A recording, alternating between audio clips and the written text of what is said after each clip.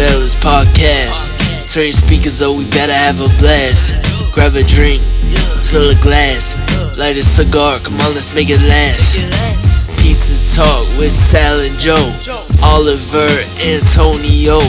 Pizza stories, they gon' tell us. Let's have some fun with the PizzaFellas. Hey, what's up, guys? Episode 52, PizzaFellas podcast, episode 52. Remember, go on Spotify, YouTube, and follow us, subscribe, interact with all the reels going on. I know that our one reel that we had out recently on episode, was that 50? 51. That got over 5,000 views. So keep going, keep interacting with us. We love it. It's great stuff right now. And again, all you got to do is hit that subscribe or hit that bell on Spotify. Follow us. You're going to hear a lot of new guests coming on, a lot of stuff coming up, live events that we're going to be doing here. And we actually have a guest that we're going to interact with that he's hosting a live event at.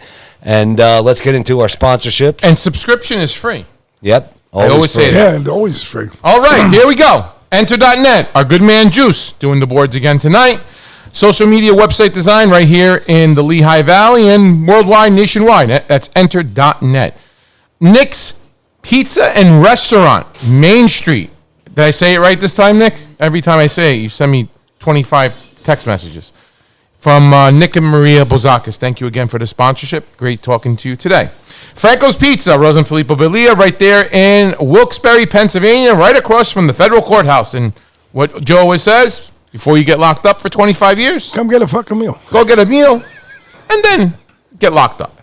Steve Seiler Insurance. I don't know where he is tonight, but he should be rolling in soon. 570-446-8023. That's all your personal insurance needs, right? So if you have bodegas, pizza shops, restaurants, poutines, whatever, this guy's got a plan for you. So Steve Seiler Insurance, 570-446-8023. Lehigh Valley Pizza Shops, our good man Oliver Nasri. To my left, he bought Chick-fil-A tonight. God knows for who.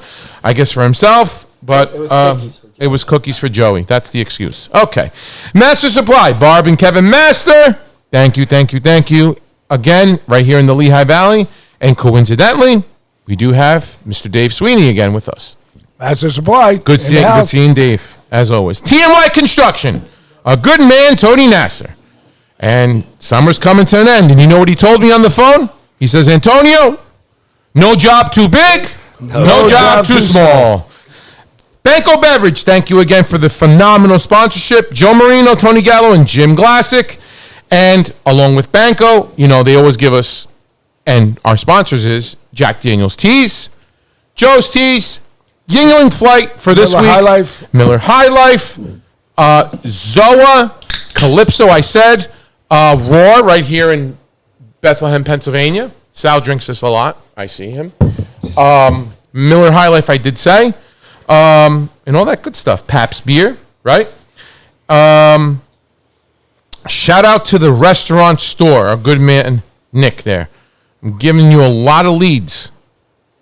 Just keep that in mind, buddy. So, restaurant store. What are we reaching for next? Anna Capri Foods since 1975. My good man Lou, I spoke to you 10,000 times today. Jerry, I spoke to you yesterday. Trish, I didn't speak to you. And Nick, I spoke to you yesterday as well. Didn't they say the one thing? What? If you sign up with Anna Capri, a free 1,000 pounds of mozzarella. Mm-hmm. And Jerry will deliver to you himself. That's it. Here we go. Shout out to United States Pizza Team. Shout out to you. Great job. I see that you were in California. That was great. Shout out to Cafe Moreno again. My good man Massimo Di Mio. Excellent coffee. Right there. Guys, Cafe Moreno, get on it. They're all over social media, Instagram and all that. Fast shipping. And they throw in a bunch of coffee besides the coffee that you're buying. Don't forget, if you carry the mobile coffee machine, after a good day of drinking, drink that, boom, no Uber needed. That's it. Light you up. So I want to get right into this because this is very, very important because we have a lot of events coming up, and one of the events that we have coming up is Steelstacks. And if people don't know what Steelstacks is, it's in Bethlehem. It's actually where the casino is, Sands Casino. So that is September 29th. And I want to introduce Ryan Hill. He's to my left, to your right. He's the Senior Director Welcome, Ryan. of Programming, correct? Yep, that's right. And we spoke my God, I must have 1,000 emails between you and I. Yeah, we've been trading off a lot of emails. Yeah. And we finally met tonight, which is great. So September 29th is the Arts Quest Pizza. Now, guys, when I say pizza, there's a little bit more than that, right? So it's a 12 to 6 event, and the early entries are 12 to 1. This is not a $600, $700, $800 event per person. This is an event that's September 29th, which is a Sunday, where you could take your kids, your family, boyfriend, girlfriend, whoever, that never had this type of pizza or this type of pizza. Now, guess what? It's all there. So you go in, you enjoy yourselves with the family. I'm guaranteeing it's going to be a beautiful day. Take them out. Enjoy the day, the festivities. There's a lot of giveaways, too, from what I see, right, Ryan? More or less, I think you're giving something away out the door, right? As soon as you get in. Oh yeah, for the early access people in VIP, we've got a pizza cutter that we're giving everybody. Hey, it's something, right? Yeah. Something better than nothing. And I think you have a few wineries or just one winery. No wineries. But we were serving booze. You are? Place. Oh yeah. Because we work with our partner Levy Restaurants on the campus. Oh. And so they'll have all the bars open. We'll have the Mack Truck Stop open. We'll have the Central Tap open. You won't go thirsty at this event. Okay. Here's the question I'm going to lead you in. I'm going to let you take over. Yeah. So, where specifically is this going to be located for the people that don't know? Sure. You know, where Sands is and all that stuff. So I'm going to lead you into it. Just tell us a little bit about this event. And at the end of this little segment, we'll give away a couple things. But go ahead, Ryan. I'll let you take over. Yeah, so the Arts Quest Center at Steelstacks, it's the Steelstacks campus, which is at the base of the old Bethlehem steel blast furnaces, right? Right. We've got this beautiful Levitt Pavilion out there with free outdoor concerts, stuff. That season's wrapping up in a couple weeks. Mm-hmm. But this event is basically out in that area off of First Street, but basically in between the blast furnaces and the Arts Quest Center at Steelstacks, the Performing Arts building. So it's out there. We have 11 different pizza vendors, 6 other food vendors. They'll be all along First Street there. They'll be all in that area. We're going to have entertainment throughout this. We've got the band The Wonton Soups playing from 1 to 3. We've got a traveling accordionist who will be going around playing through the event. We have a video screen on the Levitt Pavilion with the yard. We're going to be playing Mario Kart on that for like an hour or so. No kidding. Yeah, we got some Mario games that we're going to be playing there too. We've got that. We've got PizzaFellas podcast is going to be PizzaFellas podcast. I hadn't told you this yet, but I actually am thinking you're going to be doing a live podcast 5 to 6, right? Yeah. Well, we're going to have a vote for best pizza that whoever, right. And I'm thinking we announce that live on the podcast. Oh, yeah, that would be awesome. That'd be good. That's what we do. great We'll idea. have the results, and I think you all will have the honor of being able to announce who won. We'll just have people just check off who had the best pizza of the vendors. Who enjoyed their meal? Yeah, Exactly. That's a and good thing. whoever gets that, you all are going to announce it. We have actually our glass studio is making a glass pizza trophy. No that way. We will give to the vendor who wins that. Oh, Awesome. That's pretty cool. Yeah. Now, real quick, how are they going to vote? Electronically, or when you go taste the food like a paper? That is a fantastic question, and I am working on that. I don't know yet. I will know by September 29th. Yeah, gotcha. Well, So we're figuring it out as we go. Yeah. It's the first one, so we have to get some consideration here. We have some methods for how we've done this sort of thing before. Yes. Like we have a soup event we do every early February, the Super Bowl, and we have them like leave little spoons in like a receptacle or something. I want to try to do this electronically, but I also want to try to make it so that we don't get one person putting in 30 entries and stuff like that. So Gotcha. there's some stuff I've got to work out that I'm working on with my team, but there will be a voting part of that everybody will get to take part in. So how did this all come about, Ryan? Like, did you just like wake up one morning, you're drinking coffee, you're like, I'm going to have a pizza. I'll be quite frank. My boss has wanted a pizza event for quite some time, for the past few years. Okay. He's been talking about a Pizza Fest. We got And to that do a is Pizza who? Fest. He's the chief programming officer. His name's Patrick Brogan. Oh, shout out to Patrick. Yeah. So Patrick has wanted this, and so I'm in charge of 3 different departments: the cinema department, comedy department, and experiential department. And part of the experiential is food and beverage events. So I've done Taco Fest, I've done Sangria Oh, okay. Fest, So my job is to say, all right, you want a pizza event? how the hell are we going to do a pizza event? Let's put our heads together. And we talked to you back, months ago about it. Yeah. We talked to Yanni from Pat's Pizza. Yep. Shout out to Yanni. And I went to the Connecticut Pizza and Brews Festival, and I talked to that organizer. Like, we did some research, and Arts Quest has a track record in doing events like this. We modeled this after our Taco Fest that we've had a lot of success with every summer for the past few years. And so year one, we're pretty happy with what we got. Knock on wood, we have a successful year one that leads into an even bigger year two. Great, awesome. I mean, I think we're excited. Can I give you some advice since we're here? Because we spoke. Please do. You have to get to the point where you have to figure out how to do brick and mortar shops. Oh yeah, that's the hardest part. That's it's. You have to get some advice from people that are doing brick and mortar shops. Yeah. I know I'm bringing up One Bite, and you look at what they're doing, and I know it's Dave and stuff, but eventually you have to present something so that One Bite guys can come, like not One Bite, but brick and mortar guys can come in, and you can present more. Yep. Because right now the advantage for what's happening is it's more guys that are prepared not to be brick and mortar. They have a truck, or they have an oven, or they have such and such. Yeah. When guys come into a situation, you don't want to be putting out money to hopefully get money. Exactly. You know what I mean? Yep. But I think this is a start for something big, because this is how you're going to get with this kind of conversation. You're going to have guys like myself who really understand that whole thing. Yeah. I mean, we only had one conversation on the phone. I sat at table 20. And then we did some emails, but we did speak over the phone. And, and then we were talking about getting the ovens and stuff like that, and how you're going to do this. It's hard when you have to be. A lot of places that I've seen, though, they're bringing a lot of electric in. Yeah. And they're getting companies with sponsoring the electric ovens, because they want that out there. Mm-hmm. So the bigger we're going to get after first year, it's going to be a bigger second, third year. 1,000,000%. And you get some of the bigger names around that have some knowledge of that, who have traveled, and we can help you in a great deal. No, I know. You already have been incredibly helpful. So we got to a point essentially where it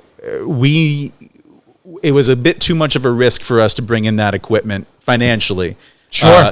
But I'm hoping, I completely agree with you. In year two, what I'm really hoping is that we can have more of a brick and mortar presence. I think there's a lot of companies out there when you get into the right sources who want to get then involved. Yeah. So you guys aren't going to have to lay it out.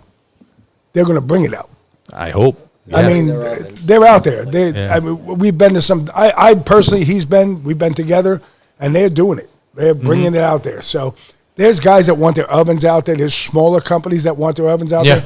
Once a guy like myself, or a guy like Bruno, or Jerry, or anybody, okay, I got to do this. I got to bring this, my sauce, my dough, that we can handle. Once we got to go rent ovens, we got to figure that out. That's a whole different operation. And now it's like, all right, let's sit back. Let's help it out. Let's make it grow. You got to hand it off. Guys that are prepared to do that on the spot, let's help them. So this gets bigger. Let's make it happen so more people say, hey, I had a great freaking time. But we got to get them more people involved in the industry, because there's a ton of people that would probably come. I mean, but I believe so. Oh, I know so. I know so. So do I. I mean, I talked to dozens of guys, and I mean, the one thing we had was we got to be able to walk in. I mean, I'm not trying to talk about any other kind of representation, but there's ways that makes it real easy for guys like ourselves to just get in there. Yeah. Boom, boom, boom, boom, boom. You're here. This is what you got to do. A, B, C, D, E, F, G. And it's easy. Yeah. It's easy. And the biggest thing comes with ovens, dough tables, Oh, yeah. tenting, putting it up. But you got to grow there.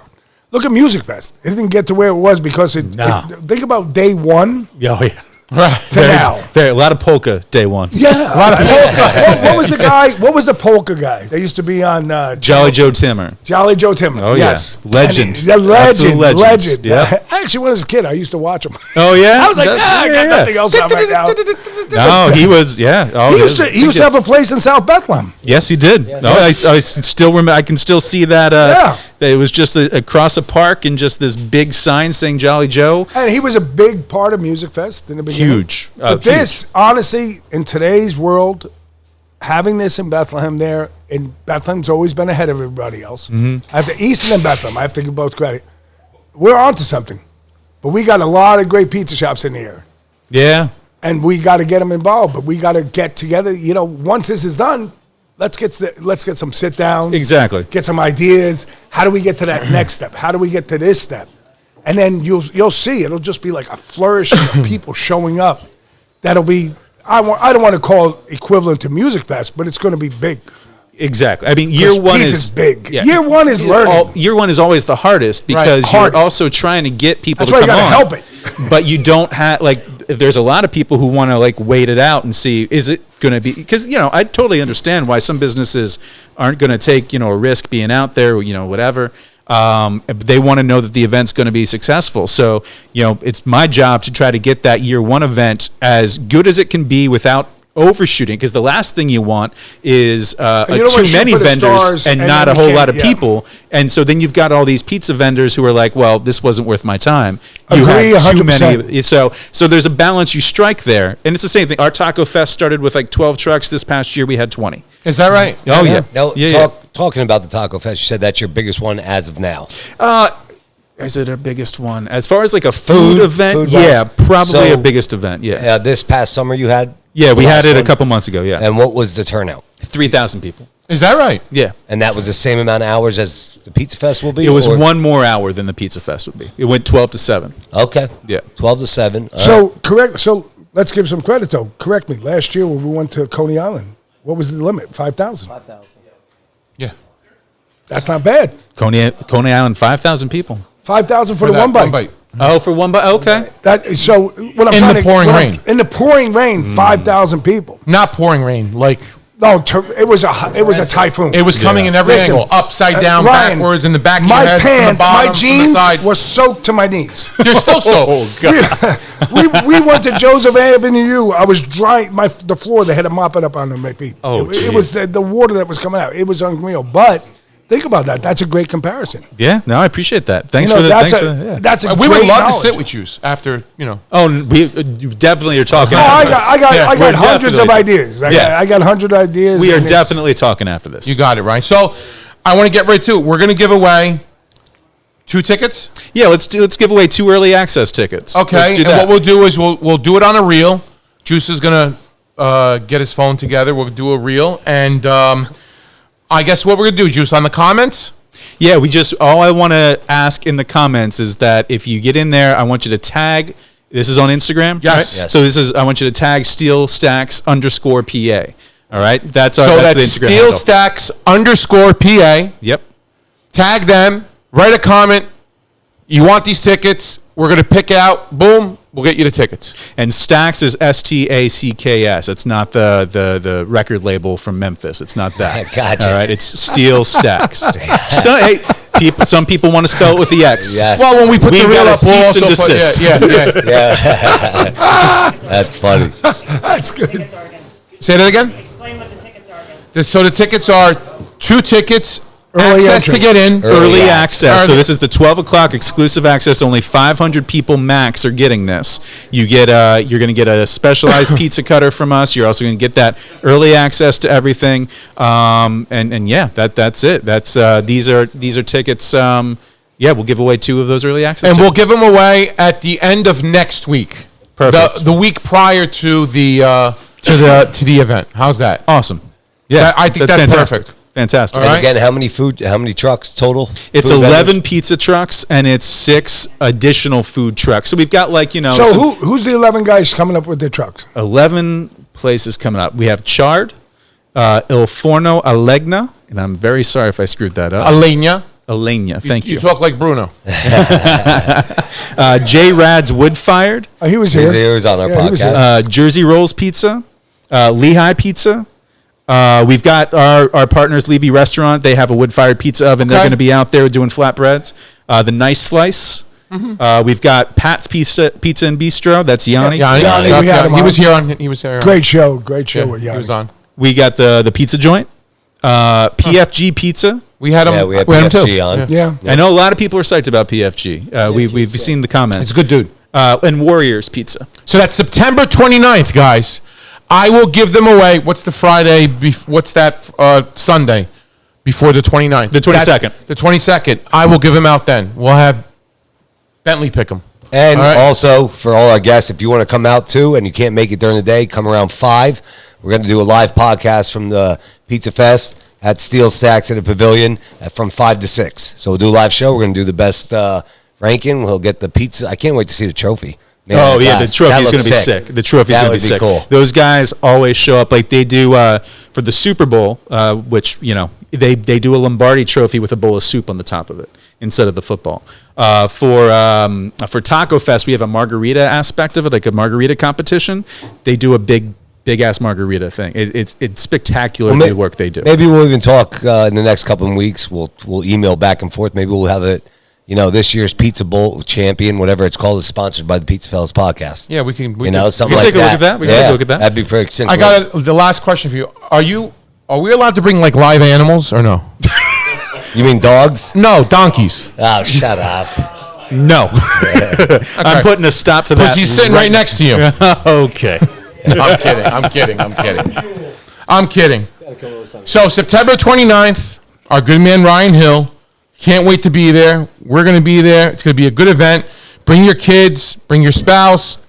Get out there. Enjoy the day. Let's let the Lehigh Valley build to something as big as you've seen in New York, you see in New Jersey. Why not? Why not? There's enough pizza here. Everybody always talks about Jersey pizza, New York pizza. Let's talk about Pennsylvania pizza. Let's talk about the Lehigh Valley pizza. And the only way we're going to get there is the start is right now. The start's right now. So we get some more. We'll get not just trucks there, but you're going to get brick and mortars there. Right.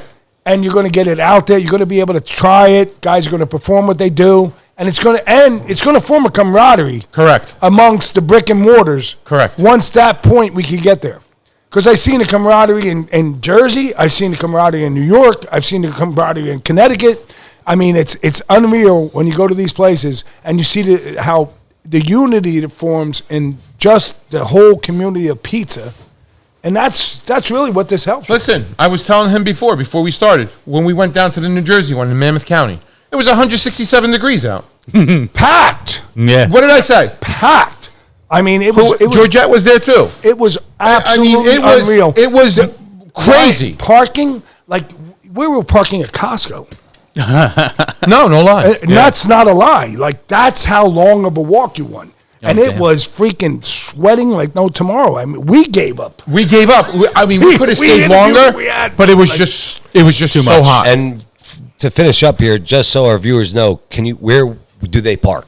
Because that's another thing. Great question. There's a couple free lots on the campus that you can park at. There's a couple. We've got a great security team. They'll point you in the right direction. Okay. But parking is free. Awesome. All right. It's just it's a small admission price to get in.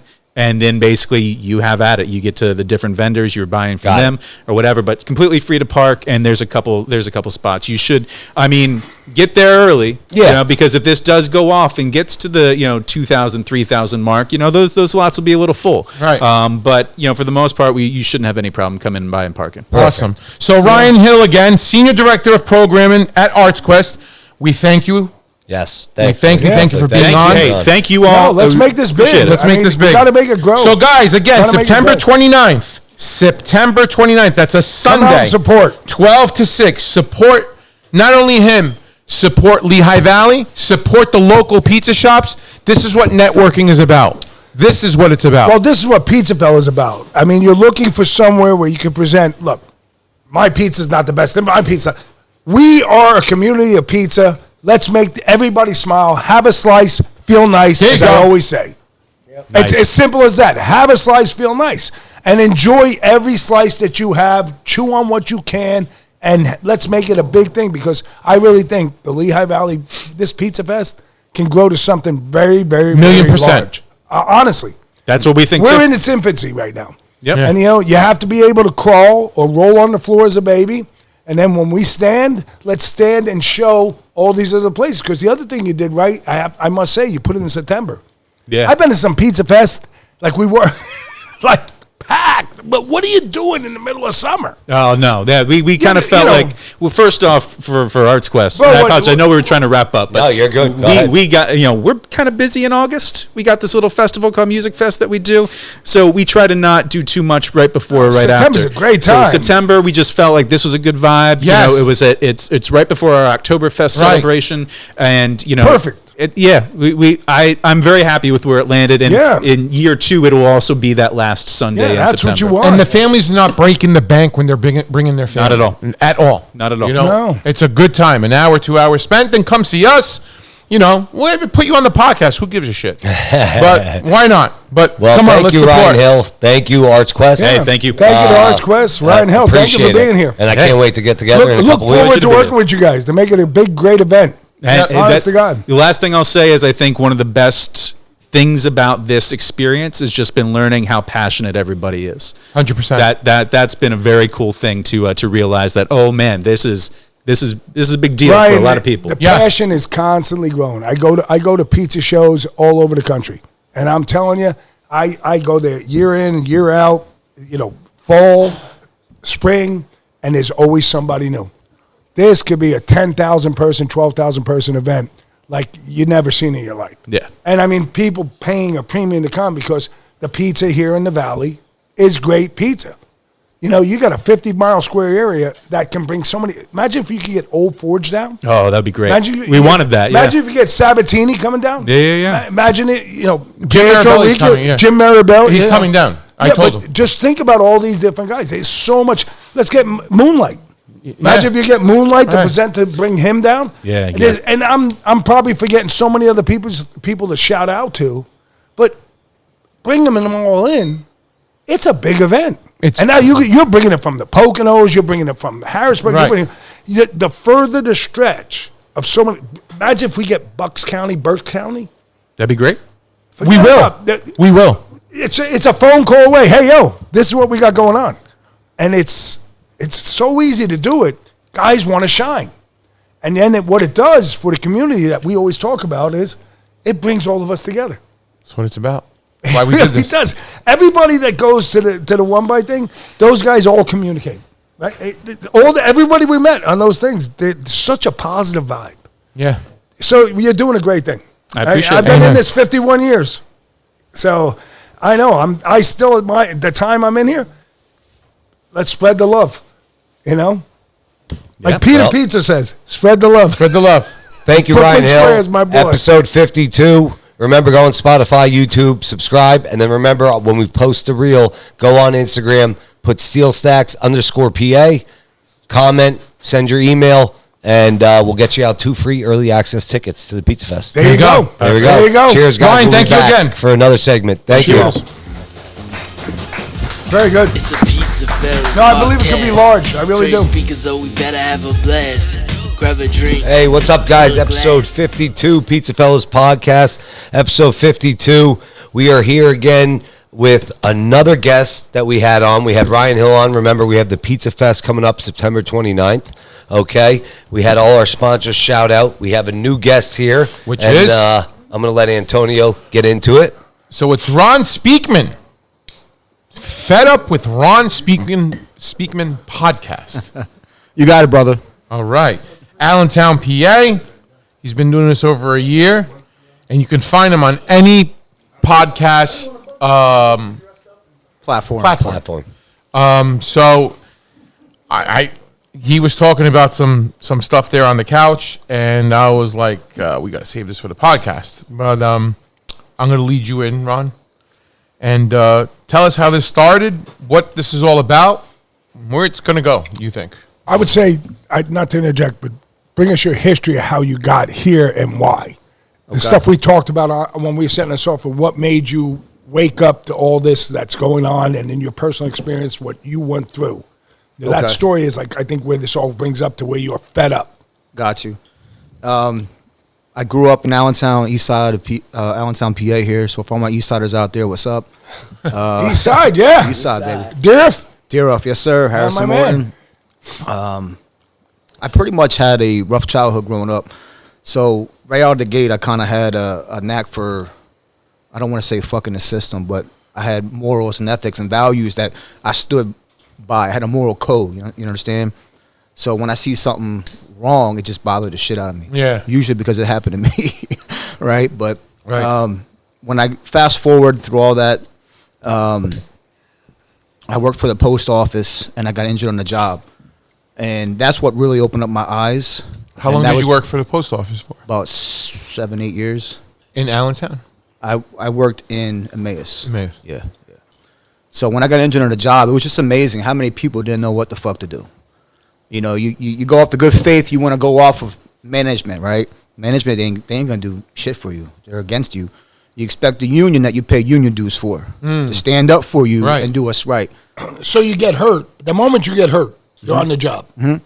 First interaction with somebody who's your a shop steward, right? Don't you? It should be a shop steward if you have a great one. But it's a union-based company per se. You have a union, yes. For us, it's the National Association of Letter Carriers, the NALC. So, okay. I didn't know that. That's all right. So what's he say to you? He says, "Hey, Ron, you got hurt." We didn't have a shop steward at that time. And then shortly after, we had one come in, and they didn't know their ass from their elbow, right? What about like a delegate? Again, I'd had to, from day one, from reporting your injury, I didn't know what to do. I went 5 months without pay. What? 5 months. There's people who go years without pay. I'll get into that later, but because of the fucking system, right? You pay union dues. You expect the union to have your back to do shit, right? Right. That's not what happens. So now you're left, well, what am I paying union dues for? So I'm the kind of person, again, going through everything I went through when I was younger. I had that moral code, a sense of justice.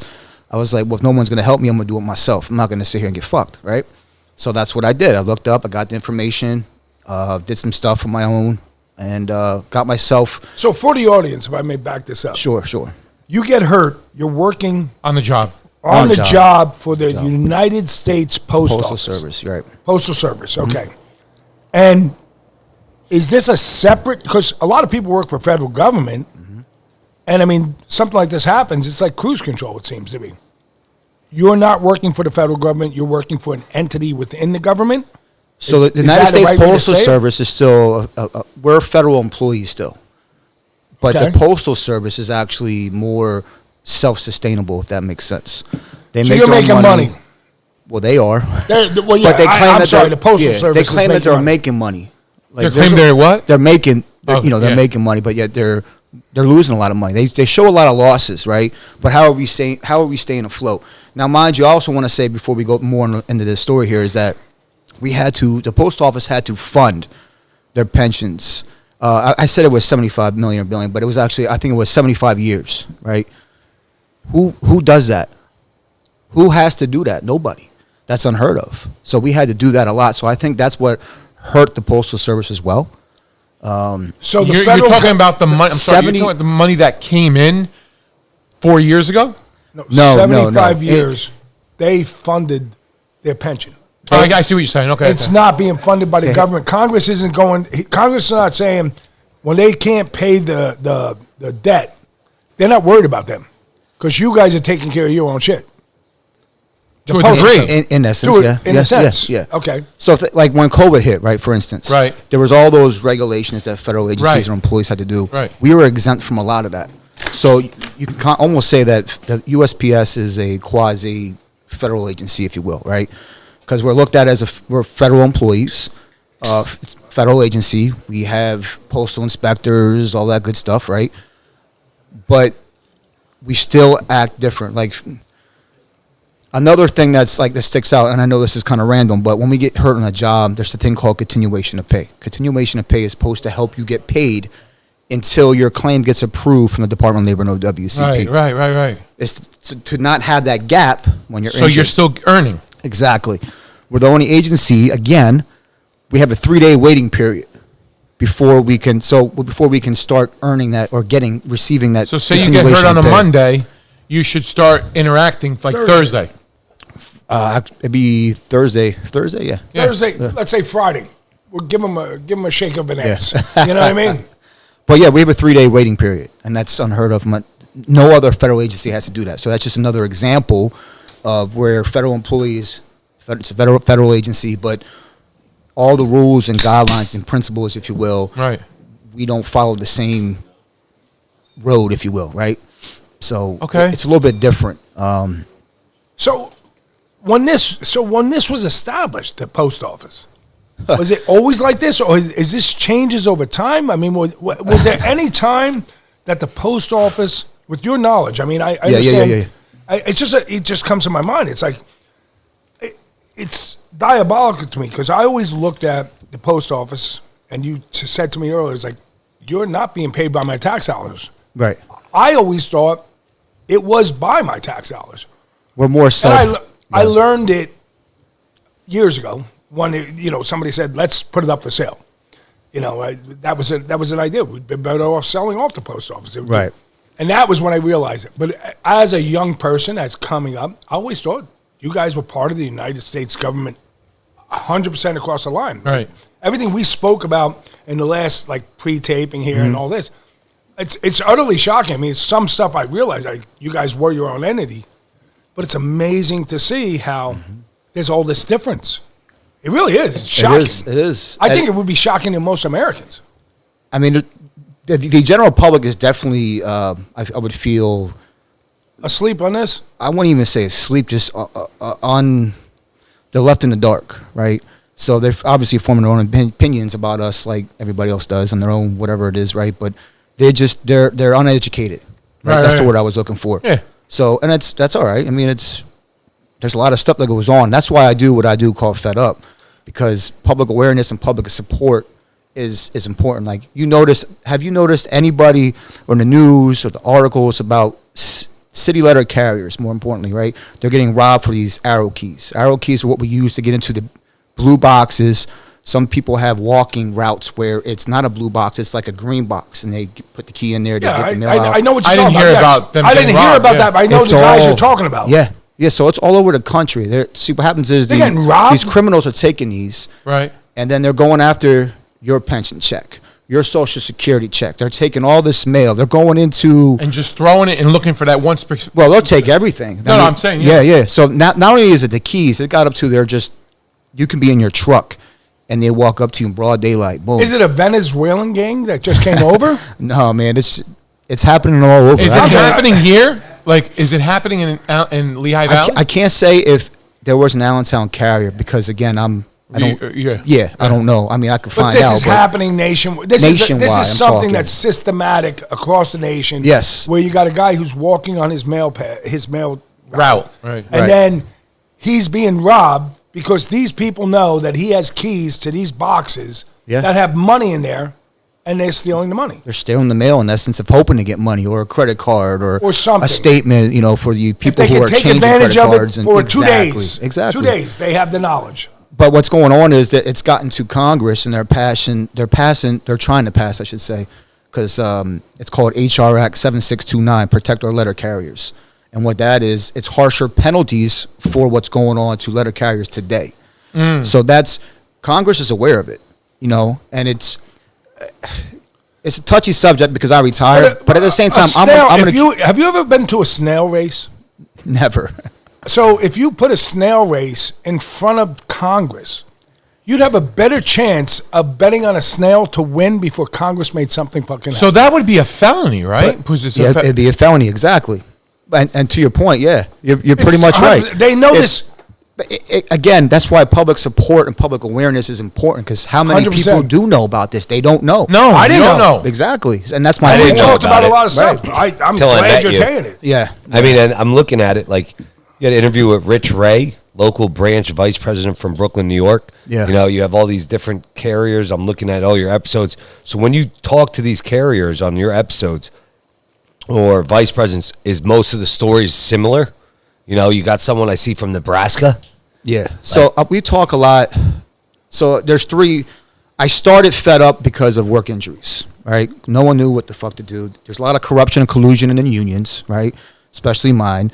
The management in the Postal Service is fucking terrible. Now, there are there good ones out there? Absolutely. We call them unicorns. They're fucking fairy tales, right? There's always good people. There's always good people. There's always good people. But it's a very toxic and hostile environment that you work in with the Postal Service. Now, can you happen in a pizza shop? Absolutely. It can happen anywhere, right? Anywhere. But Anywhere. it's You have tenfold. cancer. I call it cancer. Yeah, there's a lot of cancers in the Postal Service. We need to do fucking surgery and remove all that shit. That's why I do what I do, to expose a lot of the bullshit, a lot of the mistreatment, not just from the union side, but from the Postal Service. And now you're getting screwed twice there. Then when you got a work injury, you got to go to the Department of Labor and OWCP. I feel, this is my opinion, okay? Right. And I want to be clear here for anybody watching this out there that, hey, my opinion is my opinion alone. I do not speak for or speak on behalf of any federal agency or union out there. I'm just putting that out there. This is my opinion from my experiences and from the people's experiences. But well, as of still today, you should have the right to your opinion. you should. But again, you have the First Amendment right. First Amendment. But Right. you know, people are so happy today. I'm just saying that's just a CYA factor for myself. Shouldn't have to do that, but I put that out there. But I started fed up because of these work injuries. So now you got management, you got the union. They're in bed with each other a lot of the times. So if you're a shop steward, right, your job is in essence to protect the letter carriers. If there's a grievance that needs to be filed for, whatever it is, you're going to file the grievance, right? If there's monetary value, or if it's a cease and desist, whatever it comes of it, comes of it. But now you have shop stewards, even presidents, who are in bed with the agency, in this case Postal Service, and management at that installation that they're at. Where's the fucking representation? Nowhere. Where is Nowhere. it? There's nowhere. Nowhere. I mean, wait, this camera right here, right? Yeah. Management needs to get their heads out their asses, point blank. Y'all terrible, man. What's the one word inside manager? Fucking manage. You guys don't even manage properly. We were talking about the Trump thing earlier, right? About the shooting. We hiring those people fresh out the academy, wherever they're coming from, school, right? How do you have a 5'2" woman who can't? No, they weren't. They just came out today. They weren't CIA agents. They were national security agents. But So still, they weren't even trained. He's 6'5". You can't have. I'm saying they were You not can't trained. have a Yingling flight guard a 6'5" guy. Well, that's like saying I'm giving you a Corona and I give you a Pabst Blue Ribbon. That's what they basically said. I'm giving you, but no, I gave you the national security agents that weren't prepared for this. But anyways, to move on. Yeah, but my point of saying that was and you hear some of the other interviews and stuff with prior Secret Service, right? Yes. JFK or Ronald Reagan, right? How about Dan Bongino? See, hey. He's on point. He still talks to a lot of people in there. Yeah. So, but the point is, you had a lot of experience from those guys on the inside. Now there's not that much experience around, and that's what's being said from those interviews, right? Well, that same principle applies here in management for the Postal Service. So you have someone who delivered mail, whether they got injured, that happens sometimes, but a lot of times they can't hack doing that job. Now, if I can't do a job, I'm going to keep it real with myself, and I'm going to keep it moving. I'm not going to waste my time, or if I'm mad all the time at a job, you're going to stay somewhere you're miserable, right? Can I say this, though? So we're talking about jobs. If you bring up the Postal Service, or even we just were talking about the Secret Service. Yeah. These are flock to jobs. I mean, these are not jobs where the money, the reputation, the things behind them, they've always been flock to jobs. Now, all of a sudden, suddenly, we're short.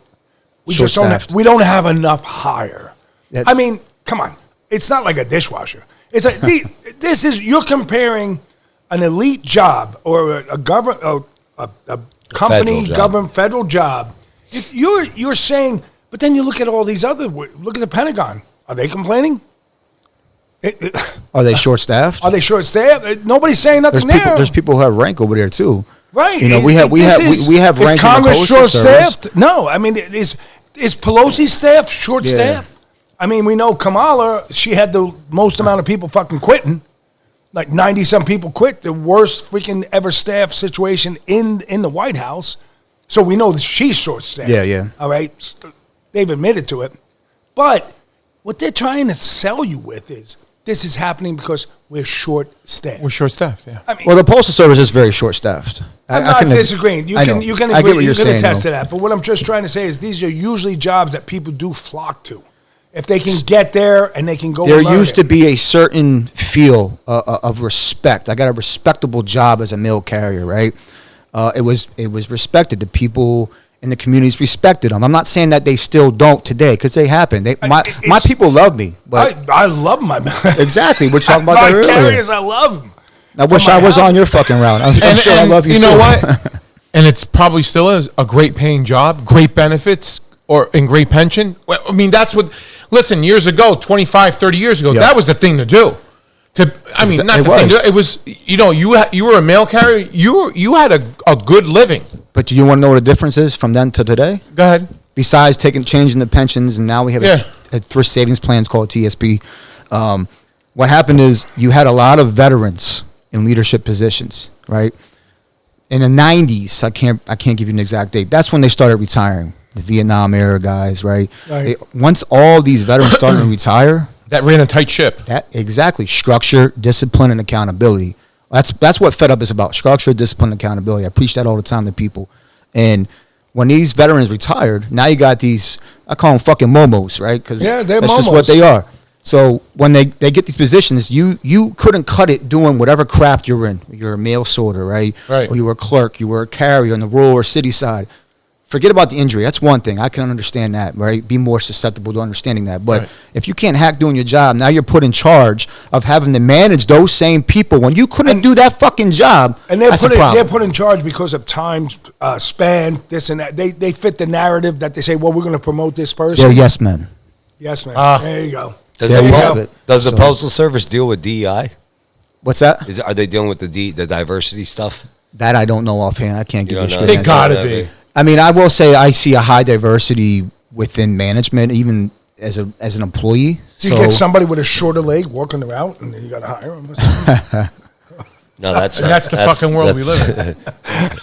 We'll get him a scooter at that point. You know, Bruno, you were a mail carrier before you had the pizzeria, right? In the 90s. In the 90s, structure, discipline, and accountability. He knows what I'm talking about. You had a lot of veterans, right, running the helm? Yeah. Could they be assholes? Sure, but why were they being assholes? Because you weren't doing your fucking job. Right. So today, now don't get me started with fucking society today. You want to talk about momos? We're gonna fucking there's no structure, discipline, and accountability in the home. Now we're taking that to the fucking streets. We're saying it's okay to fucking start some shit, but when someone pulls your card and pulls you out and calls you out on your shit, now all of a sudden you're a victim. Like passive aggressive culture lives rampant in the Postal Service. Not just society, it's huge in the Postal Service, and that promotes to the toxic and hostile environment that's promoted within. Now again, back to the point there that I was saying, you have those people who are put in charge of other people, and let's say they cool up front. Now they go away to this management training. When they come back from this management training in their specific district, they did a total 180. It's no more treating you like a human being, now you're a fucking number. So what does that come from? Corporate? Does that come from who's teaching them and managing them?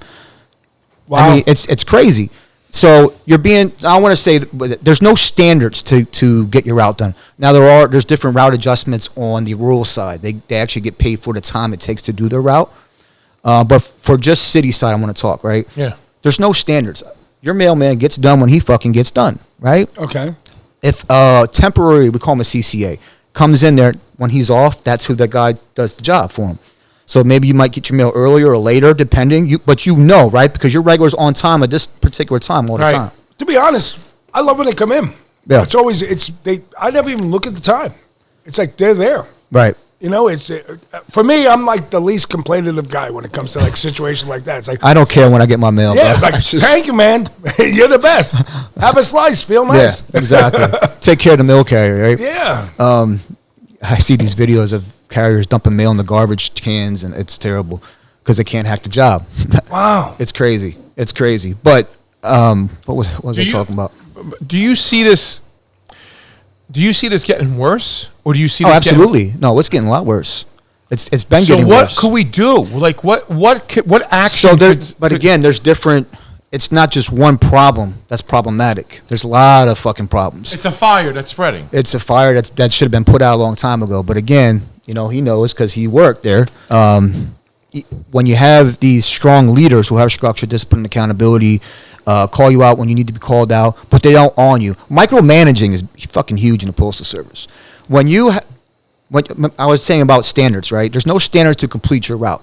So if I go out my route, it takes me whenever I get done on time. 10 right? hours, right. 8 hours, whatever. How long does it usually take? I want to ask. For me, so there's people they call runners, right? Runners in the Postal Service are people who go quicker and move quick just to get their shit done. But then you have people like myself. I wasn't a runner. I worked efficiently. You know what I'm saying? It's why are you going to walk like this up the steps on each and then go back to the sidewalk when you're going to cut across the lawn? You're going to save yourself time, especially if it's raining, snowing, right? But then here's the safety. Am I right? If you walk through, the snow was this deep. That's unsafe. Why did you do that? The steps. If you have steps on your, if I'm walking up your steps, and it's not shoveled off, and you have ice, and I slip and trip, and I fall, I bust my ass, I get injured, right. I report the injury like I should. They'll say that you were working unsafe. You were. I was working unsafe because I shouldn't have walked up there, right? But you're expecting your mail. I know what you get on whatever day, what's coming in there. We converse every time I see you. You know what I mean? You're my customer. Of course I'm going to take care of you, right? If I did that on a big snowy day, how much mail do you think we would bring back? Not just me, any carrier. How much mail will we bring back? 3/4 of the route, half the route? Yeah. Because who's out there shoveling all the time? You know what I'm saying? Yeah. But that's just one example. But to fix all the problems, and people complain about this. People complain if they don't get the mail. So there are carriers who won't deliver, right? And because of that safety issue. But back what I was saying. A couple days later, you'll get all the mail. You'll get the mail. You'll get it the next day. Yeah, we've had that issue here because we couldn't get the mailbox out. So I was like, who gives a shit? They're going to be unsafe getting there. I got to wait. It's still snowing. So 2-3 days later, we get a sack like this in the house. Yeah. And it's there. The mail's there. Now, is there a specific time you're supposed to be there to pick up your mail? No. You listen. You get your mail when I deliver your mail. No, meaning you guys could go to work. For us? Yeah. So it's different. Tell us like a day. Tell us like a day how it would start. Like what time would you wake up? I can tell you about what my day was like. Yeah. Because it's different. People get for us, Allentown, Lehigh Valley. That's our hub. Now there are talks about removing these different offices and converting it to one centralized hub. So to make it a real big shit show. A more shit show than what it already is. Correct. I don't know if you heard about that, Bruno, the distribution hubs. Terrible idea. What do you think about that? Terrible? Yeah, see? But you have an upper leg because you were a mail carrier, so you understand a little bit. But let's say you have someone out in Topton, PA, okay? Right. Now you're removing those smaller offices, how are you going to do it? And you're going to move them to one centralized location. Let's say we move them to somewhere in the Lehigh Valley. Let's say Airport Road. Let's say Airport Road. Where the big warehouses that are all empty at. So right. Now you're still expected to do your time on that route the same time that when you were doing the top. What about your driving time? What about the extra 2 hours? Albertus. What the fuck? What do they think? But this is my point. Like, there's a lot of stuff that. First of all, it's the federal government. That's the first and foremost thing. But the Postal Service is times 2. Like I said, they're not. You can't even use the word Momo with them. They're just on a whole other level by themselves. But now they're doing this, trying to do this across the country. Yeah, it's already been established. It started out, I believe, in Georgia was the first hub that they did. I believe. I'm not surprised. Isn't Senator Grassley out there, somewhere out there, or? Huh? Iowa. Is it Iowa? Yeah. Okay, because there was Chuck Grassley. He's for this. Well, no, he's speaking up about it, but how come these people aren't getting their fucking mail, right? Yeah. So you have some people out there, some politicians who understand and get it. Is it for show? I'll leave that for you guys to fucking decide because I don't do politics. Fuck politics. But I mean, on that aspect of things, you got no time. But now, what I was going to say is, they micromanage you. They have this scanner, so they track you on the computer. Well, you're entitled to 2 15-minute breaks, your 30-minute lunch. If you need a comfort stop, which that could be a bathroom, that could be it's hot out and I need to get out into the AC somewhere. Yeah. This is another thing the post office did. They fraudulently did the HIP trainings, which is the heat injury prevention awareness when they, with the heat and everything. And they weren't reporting injuries. There's a lot of stuff going on, but people die from heat injuries, illnesses, right? Sure. So you guys don't have AC in the truck. Fuck no. Those are tin cans. They're ice boxes in the winter, and they're saunas in the summertime. Huh? Oh, you're soaked. Forget about it. It's just and that's what people don't understand. Like, I know it's our job. We deliver in rain, snow, sleet, right? But that's what you were taught. And I bet you bought a change of underwear too. Yeah, see, change clothes, being proactive. I love it. Now, throughout all your episodes here, like when you talk to the guy from Brooklyn, you talk to New York guys, like, you know how New York is. Some of these cities is fucking crazy. Any crazy stories that you've heard of? Like, guys getting robbed or stuff like that. So I heard more, obviously, work injuries and the incompetence of management and also the union. You mentioned Nebraska. That guy's episode was potential election tampering within a local election, not a national election. That's a Same whole other shit. thing. Exactly. But again, collusion, corruption, it's not just nationally speaking in our unions, it's also locally. So that's what that episode is about. But I'd say more... Now, was he involved in that? Or? No, he was... what happened was they didn't let him be present during the count for the local election. He was running for, I forget what position it was, and he was told that, yes, you can be present. He called him, nothing. He texted him, nothing. Didn't get no response back. Hour and a half later, he said he got a text back, hey, the count's done, you lost. And here's the kicker, you ready? The president then, I think that guy in Nebraska, Chris Gronke, he was running for vice president, I believe it was. Excuse me. The person who ended up winning was the president's girlfriend. That's who won. That's who won. Without him being present, even though he said, yeah, you can be present during the election. So it's shit like that I like to talk about because it's our members that are paying union dues, and this is what's happening. So I'm going to, listen, if it's wrong, do the right thing. It's called integrity, especially when no one's fucking looking. Do the right thing, and I won't talk to you about you on the podcast because I guarantee you there's people all over the country that reach out to me with stories. And it's not just work injuries. It's the union stuff, management. It's Department of Labor, WCP. I got a great we're working on a documentary. I know we're talking a lot here. No, but go ahead. Yeah. That's the conversation. That's what it's about. The documentary we're working on, it's going to be a docu-series, actually, because there's been a few different documentaries about the Postal Service, right? You know, a couple of them. The Great Postal Heist, Murder by Proxy. I think there's another one that I'm missing. But we're doing a docu-series because, again, there's a string of issues that are problematic.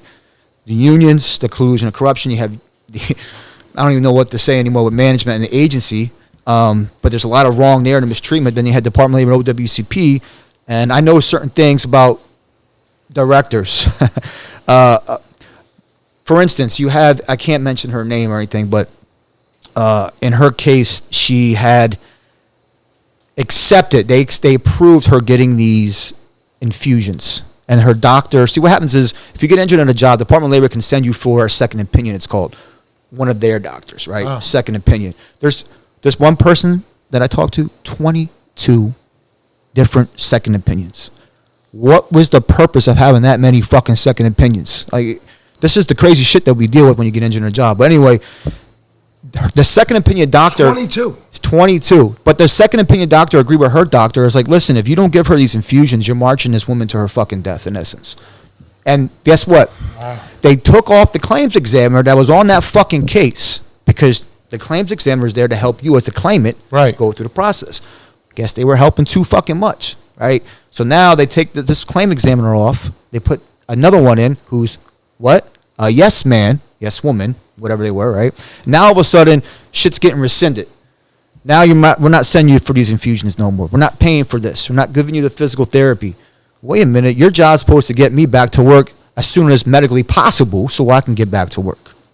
So there's a lot of shit. It's not just our agency. There's a lot of different agencies. I talked to TSA, bank examiners, IRS. Postal Service are the only people coming forward on my podcast, but I help a lot of people off the podcast that people don't hear about. And so you just said TSA and who else? IRS? There's IRS people I talk with. Bureau of Prisons. It's another one.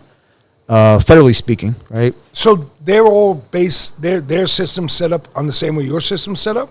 Well, when you get injured in a job, the work comp is the same federally. Jobs, it doesn't matter what their agency. Privately owned? Or No. Okay. When you get injured on the job, that's what's the same across the board. Okay. So follow you now. Like if I wanted to get a lawyer, right, I can get one in Dallas. I can get one in North Carolina. Right. Even though I live in PA, because federally it's the same across the board. And they're allowed to practice law across the board because it's the same, right? Whereas state to state, the laws change state to state for work comp. So that's why I started Fed Up because of all that. But the docuseries, what I was talking about, I know I'm all over the fucking place here, but we're just talking organically here. But the docuseries, and I'm not going to mention the filmmaker yet, but he's pretty damn good. He has some things out there. Just did one with some veterans. But we want to shed some light on this. Again, public awareness, public support, because something has to be done. And we talk about politicians. Again, I say I don't do politics, but I'm pushing. I want to talk to Congresswoman Weil. But you do yourself a favor. Call Nancy Pelosi. She got her number better than yours. Well, if you got her number, you give it to me. Unbelievable. But we need the support though, and I feel like it's my position. Her to do last this. name is Wild because she's fucking wild. I mean, she's fucking off the hook. It's crazy. Well, I will say this: when I got injured in a job, I reached out to her office, man, and they sent an inquiry out to the agency and Department of Labor, and it actually helped get shit rolling for me with my process. I will say that. Now, Well, again, she's the person in the it position wasn't at her. the time, but it's one of her staff. It was one of her staff Doing what their job should be. Yeah. All right, for an American citizen. Yep. Her boss, she does what her job is for. I don't know what the fuck it is. That's the way I see it. And I'm not. That's not politics. That's just an opinion. That's just your opinion. That's it, man. You know. But Nice.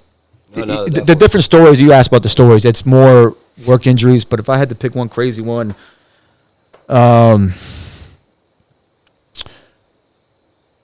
was she from?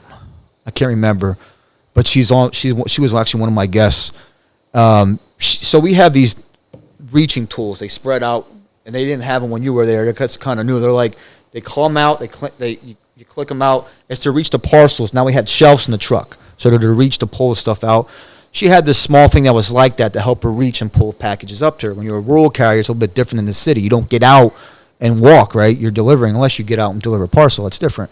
So they actually said that her story is a lot of different stuff. Like the trucks were awful, you know that, and there was leaking exhaust in the truck, and she was feeling funny. She reported it.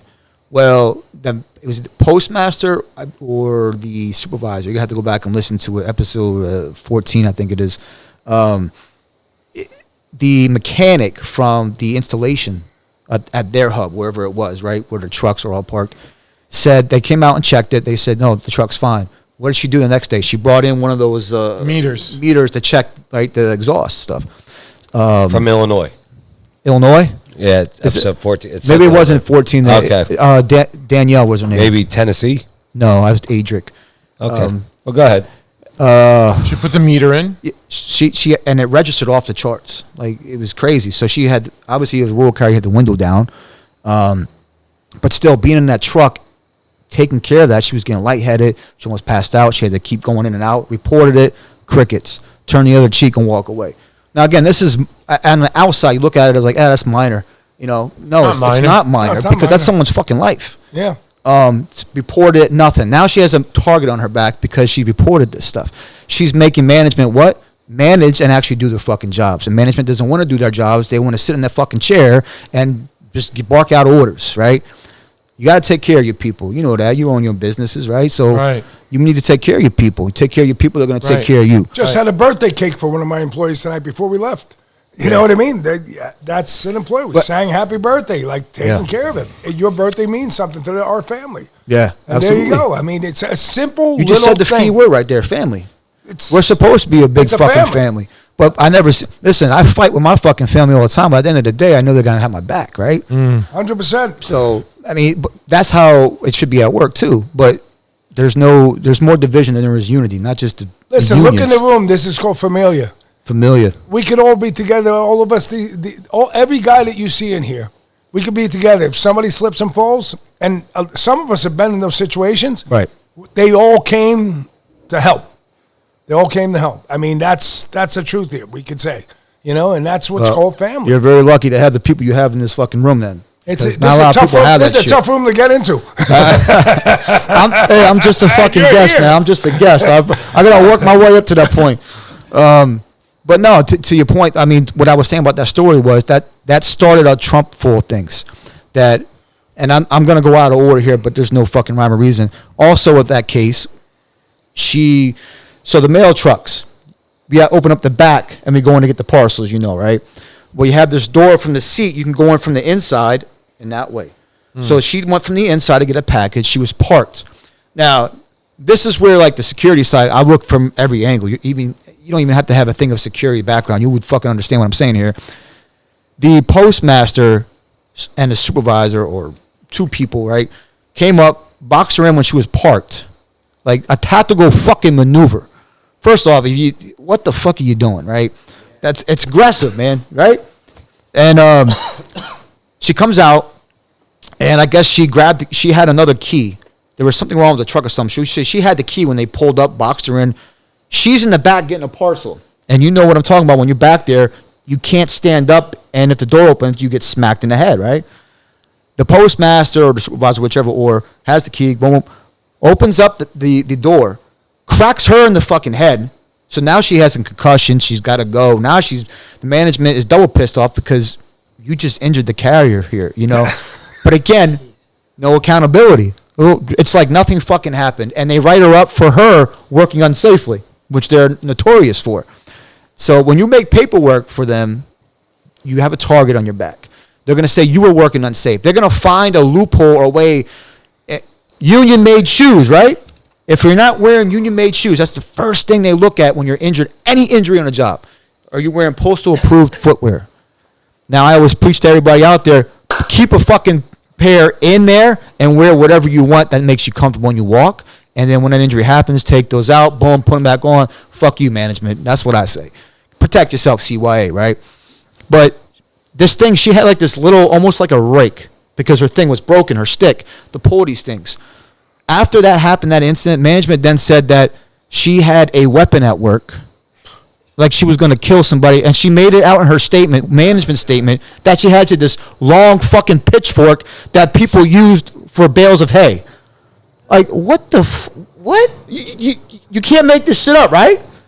So, again, all these things were happening to this one guest that I had on, and it just keeps adding up. And then I again, what I do, I taught myself a lot. It's like, yo, call OSHA.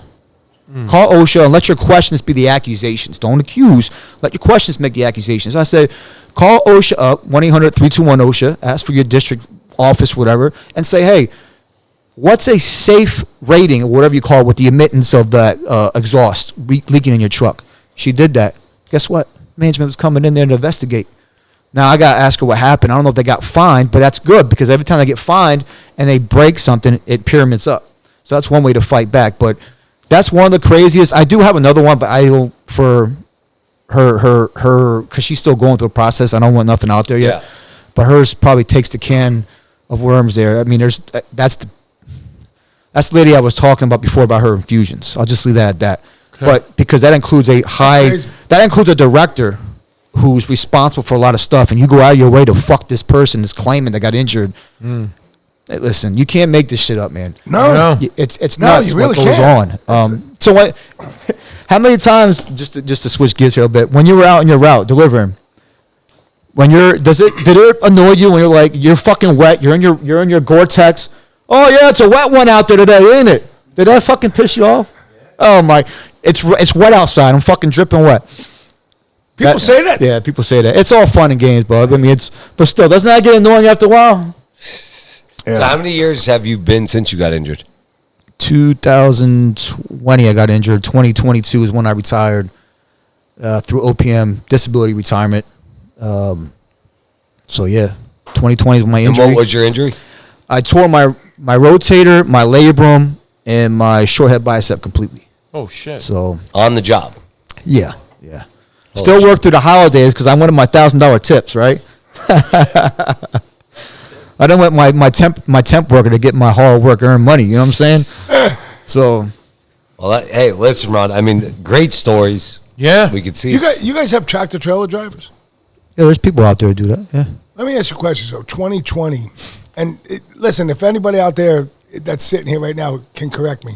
Do you remember? Was there not a postal worker from New York that drove a tractor trailer down to Lancaster with mail-in ballots, and it got stolen the next day? Do you know about that story? You're barking up the wrong tree, brother, because I don't know. I wish I did. I wish I did. Out there. There was a lot of stuff going on about the mail-in ballots. Bobby, though. am I right or am I wrong, Bobby? His truck went. His mail truck disappeared the next day. The tractor trailer.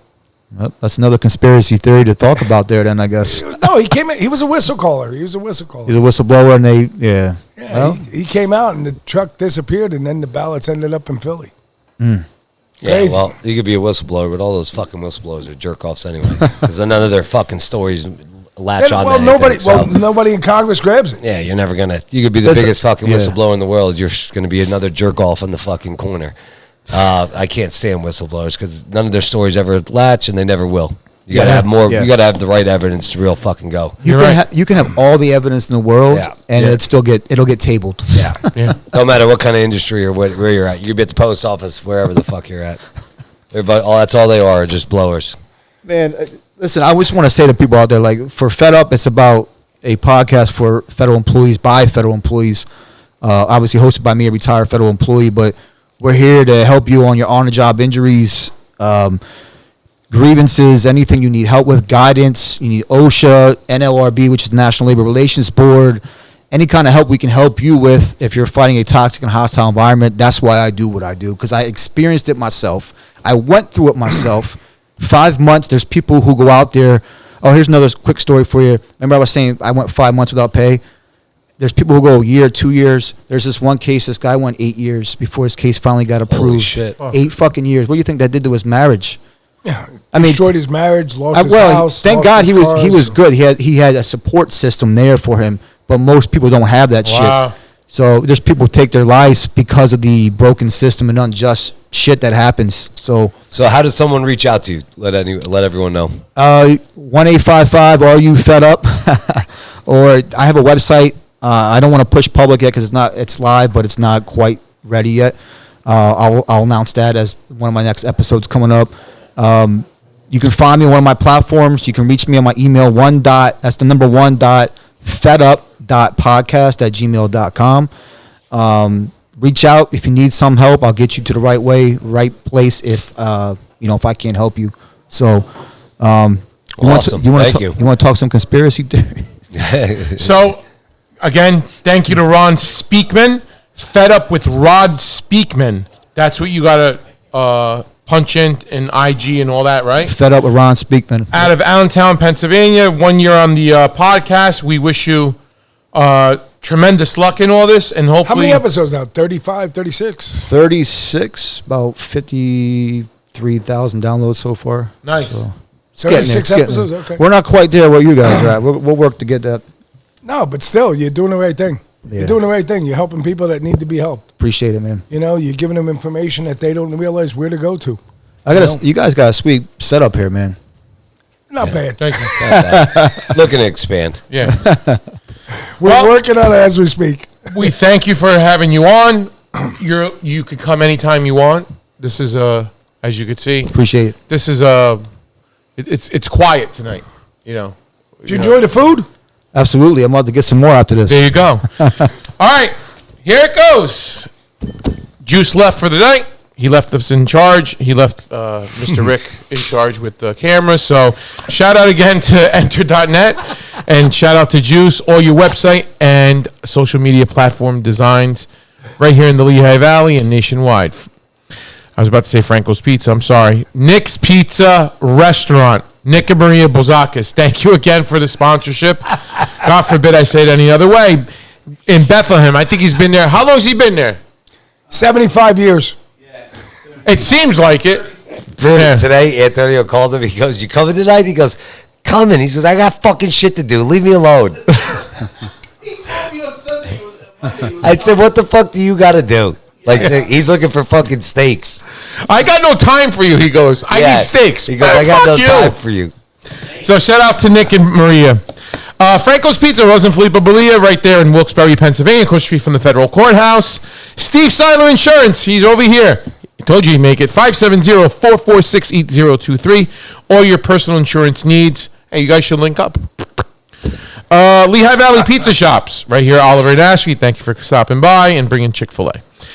Master Supply, Barb and Kevin Master, and shout out to Mr. Dave over there, Dave Sweeney, and his foot. Every time I look at him, he's having an operation. So Bike week in 2 days, Dave. There we go. Here we go. TNY Construction, our good man Tony Nasser, come on, all your construction, now he's going to be working inside, so get him inside. You can build your garage, a podcast studio, whatever you need. Banco Beverage, Joe Marino, Tony Gallo, and Jim Glassick, thank you again for the sponsorship. Restaurant Store, our good man Nick, all your needs for your restaurants, equipment, furniture and all that good stuff. Is that Bethlehem or is that Allentown? Bethlehem. I don't know. So it's Bethlehem. Restaurant, store. Anna Capri Foods since 1975. Guys, if you need an Italian distributor to distribute to your Italian pizzeria or whatever pizzeria that you have, get in touch with them. Anna Capri Foods. They're out of Cranford, New Jersey. They're in the Lehigh Valley and actually Pennsylvania. Just text me right now. I just saw it. Either choose 1,000 pounds of mozzarella or 1,000 pounds of steak meat. There you go. Lou, Jerry, and Triska Sparrow, and our good man Nick Baccarella. U.S. Pizza team. Shout out. My bad. Shout out to you guys. Again, our beer for this week, and Joe drank it already, is the Yingling Flight. Okay, so shout out to them. Thank you for the Yingling. Pabst Beer, Miller High Life, Miller Lite, Joe's Teas, Calypso, Roar, Jack Daniels. Shout out to all of you. Cafe Moreno, my good man Massimo Di Mio. Again, if you guys are into like Barbone Coffee or Cafe Gioia, Cafe Moreno, I'm telling you, it's excellent. Okay, so some upcoming events. We're going to be at the Be Social in Bethlehem on September 15th. Are we throwing bowling balls? Yeah, we could do They whatever. got bowling alleys over They there? got axe throwing too. That's it. We're going to do And it. you know who I want. You know who has to be there that day, right? We're going to put an apple out. So September 15th, come see us. We're gonna be podcasting from there, broadcasting from there. Again, shout out to Ryan Hill. We're gonna be at the Steelstacks PizzaFest September 29th from 5 to 6. You could catch us doing something live there. We're gonna be at the One Bite PizzaFest. Bada boom. September 14th in Randall Island, and then I'm already thinking about where we're gonna go to eat. Bobby, that old place. What else do we have going on? Not to you. The other one. Oh, we're going to be at Pizza. You always talk about it. We're going to be at PizzaCon in November. Did you know that? Yeah, I do know. What an exciting event. Yep. We're going to be there in Philadelphia. Again, guys, subscribe to Mr. Ron over here. Get him some likes. Get his ball moving there. If you need help in the federal government, injuries, he's your man. Again, as I always say, it's always an honor to have all my friends in the room. Honor to have everybody here. And it was a great episode. So, I There say, you go. Episode 52, guys. thank you Go for out and coming out. subscribe. God bless. Thank you. And good night. Thanks, Ron. Talk to you. I talk to you. No, you don't look. You haven't seen anything yet. It's a PizzaFellas podcast. Turn your speakers up, we better have a blast. Grab a drink, fill a glass. Light a cigar, come on, let's make it last. Pizza Talk with Sal and Joe. Oliver, Antonio.